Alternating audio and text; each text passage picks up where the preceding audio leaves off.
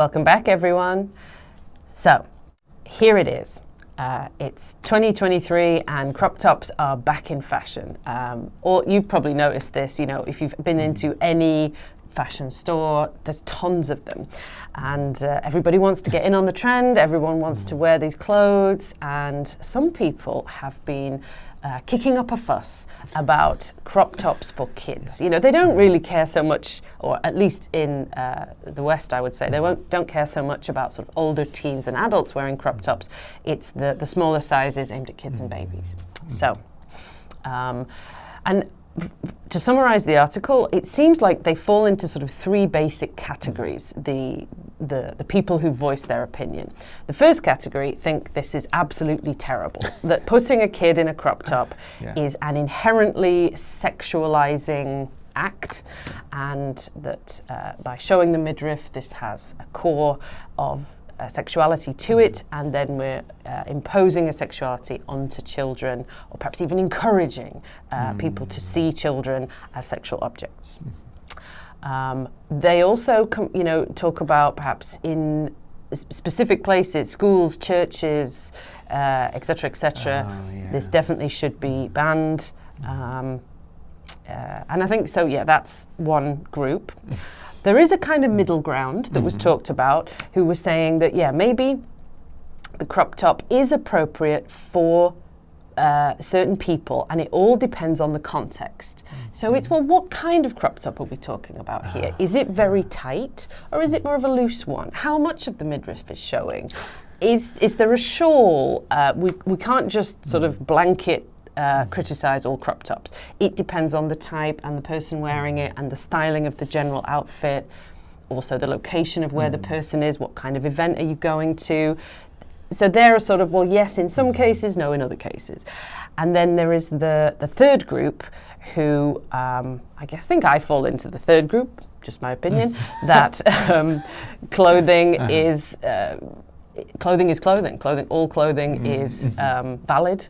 It doesn't really matter, I don't think, about your gender or your location, or is the crop top tight or loose, or what am I wearing it with, is it long enough? That to me overcomplicates the issue. I think clothes are clothes. I think by suggesting that somehow a baby in a crop top is a sexual thing, to me that's creepy. I don't care what a baby is wearing. A baby could be naked. It's not a sexual object. I don't think that should be seen as a general view. To me, that's the more dangerous part of it, that you're able to see any baby in any outfit sexually. That's more of a you problem, or children in general. That's more of a you problem than the child's problem. Also, I think something that isn't mentioned in the article that I wanted to add is this is all hugely culture biased. Go and do a Google search for Indian children wearing saris. The traditional Indian dress that has existed for an extremely long time includes a cropped top. Kids have always worn them, adults have always worn them. It's never been an issue. The midriff in their culture is not considered controversial in any way. And so, I think we're talking about it from our cultural perspective on what is appropriate or inappropriate clothing. And so it's not universal. So there you go. Those are the opinions. You're free, obviously, to think of your own and agree with your own choices, but let's discuss some of the wider questions. So, to what extent, John, should fashion for children mirror adult trends? Is there a line that should not be crossed? Is there fashion for adults versus fashion for children? I think the only line that could ever be crossed is when a piece of fashion harms the child in a way that they should be protected from at the time. It's the reason why we don't allow children to go out and drink alcohol or smoke cigarettes until a certain age, because it can have a harm that they need to understand before using or doing. However, I cannot think of any fashion that does that. What about tattoos? That's fashion. It's Tattoos, a wearable body art, and we don't allow kids to get tattoos, I think. Yeah, I would kind of agree with that. It's like there should be a level of understanding before doing something so big as, drinking alcohol, having cigarettes, having sex, killing someone, going to the military, things like that. So there could be some fashion things out there that do cross the line, but by and large, the way we understand fashion, I think it's all okay. Yeah, I think especially kids are playing at and learning about being an adult. Yeah. So a lot of their lessons and education and play activities, kids playing house, they're pretending to be adults, pretending to look after the baby. It's part of their way of figuring out what it means to be an adult. So I think obviously they're going to want to dress in clothes like mummy or daddy or someone. Wear some makeup sometimes. Whatever they want to do, and you're like, all right, go ahead. Yeah. So, okay, how about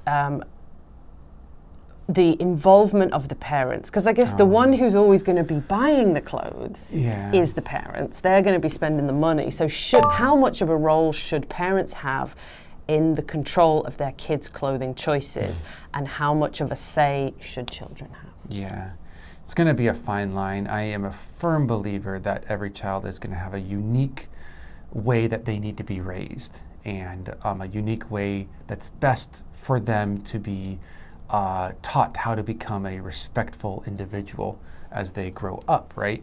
And you have to kind of just base your advice and decisions off of that. But yeah, I think parents will have a say, just naturally, because it is their money. Once the child does want to go out and have the maturity to get money for themselves, then they can start buying what they want, including fashion or video games or what did I do? Legos. I worked really hard and bought a Lego set over summer. Now that was at the time where children could work a little bit easier, which may not be happening as much these days. But yeah, I worked really hard for that Lego set. And it's a good lesson in earning money, in respecting money, in using money, and respecting other people's property, i.e. the parents' money. So I think there's a certain level of control because the parents are also individuals who have control over their own lives and their own things that they've done in their life, like earn money. So yeah, it's just case by case. Yeah, I mean, I think my parents were quite liberal and they would listen to me when I asked for certain clothes, but there are limits. Like I wanted ball gowns, I wanted expensive designer brands. And my parents were like, look, be realistic. No, can't do it. Money doesn't grow on trees. You've heard that line before. I don't know if there's a kid who hasn't. Yes. So, I know. And of course, kids have to deal with the peer pressure. Yes. If you haven't got the Nike trainers, but everyone else has got them. Oh, you're the poor kid. Just like in the adult with the symbol reversed or something. The Noki trainers. Yeah, the Noki trainers. So it's always going to be a negotiation. Anyway, yes, as long as we all get a say, and then hopefully we're all allowed to make some of the decision ourselves. Maybe then we can be happy. Anyway, while you go and, pick out your next outfit, don't forget to stop by the vocabulary section, and I hope you are hit by an influx of very, very useful new words. Yes. Take a look at those, try to use them in your everyday life, and we will see you in the next article.